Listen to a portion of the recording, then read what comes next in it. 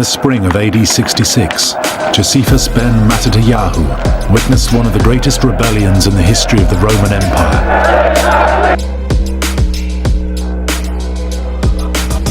In his time, a Galilean named Judah tried to stir the natives to revolt, saying that they would be cowards if they submitted to paying taxes to the Romans, and after serving God alone, accepted human masters. This man was a rabbi with a sect his own, and was quite unlike the others.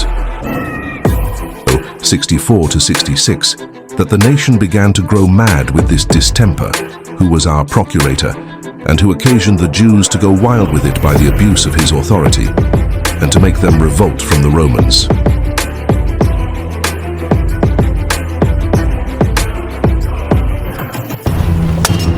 Right, gentlemen, Judea.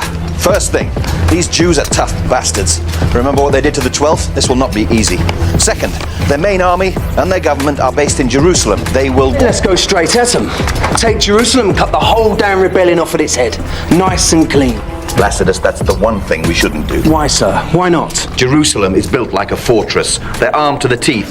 We'll lose a lot of good Roman lives for no reason. No, we need to be cleverer than that.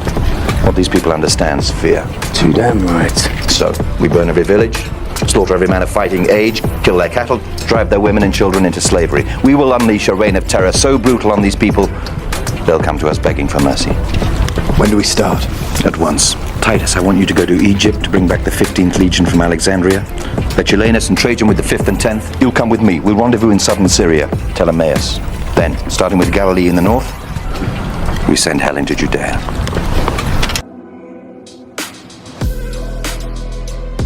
Of the fourth sect of Jewish philosophy, Judah the Galilean was the author.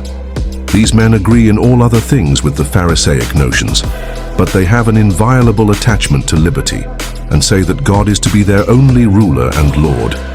They also do not value dying any kinds of death, nor indeed do they heed the deaths of their relations and friends, nor can any such fear make them call any man Lord.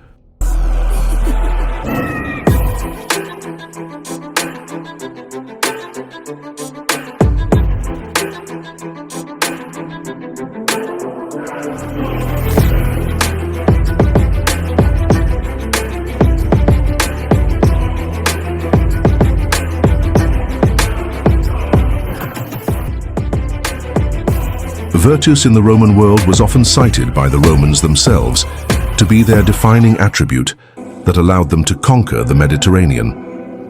This code included the sacred duty not to flee battle and to hold formation.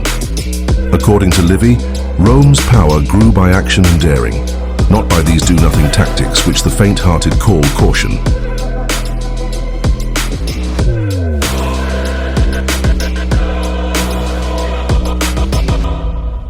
This code included the sacred duty not to flee battle and to hold formation.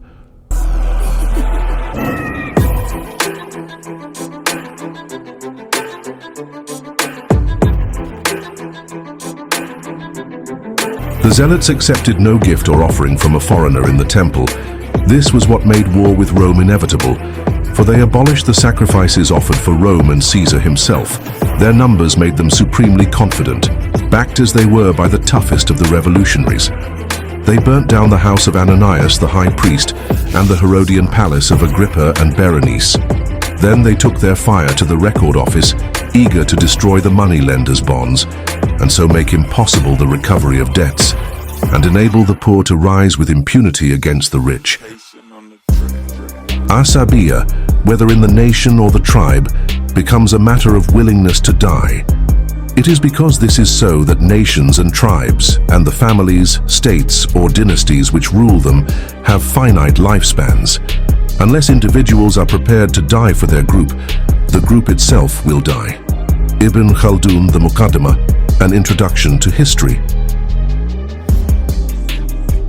If you read your Josephus, the historian of this period who wrote the Jewish war carefully, you'll see that Josephus says in one passage of his book about the war against Rome that the thing that most moved the Jewish people to revolt against Rome was the prophecy that a world ruler would come out of Palestine. That tells us that they were moved by the messianic prophecy, and that the revolution against Rome that we often think of political was in fact not simply political, but religious and messianic. We think we have here the literature of the movement. We don't say it began in the 1st century. It leads up from the Maccabean period in the 2nd century BC on up through the Herodian period into the 1st century. We think we have here the literature of the messianic movement.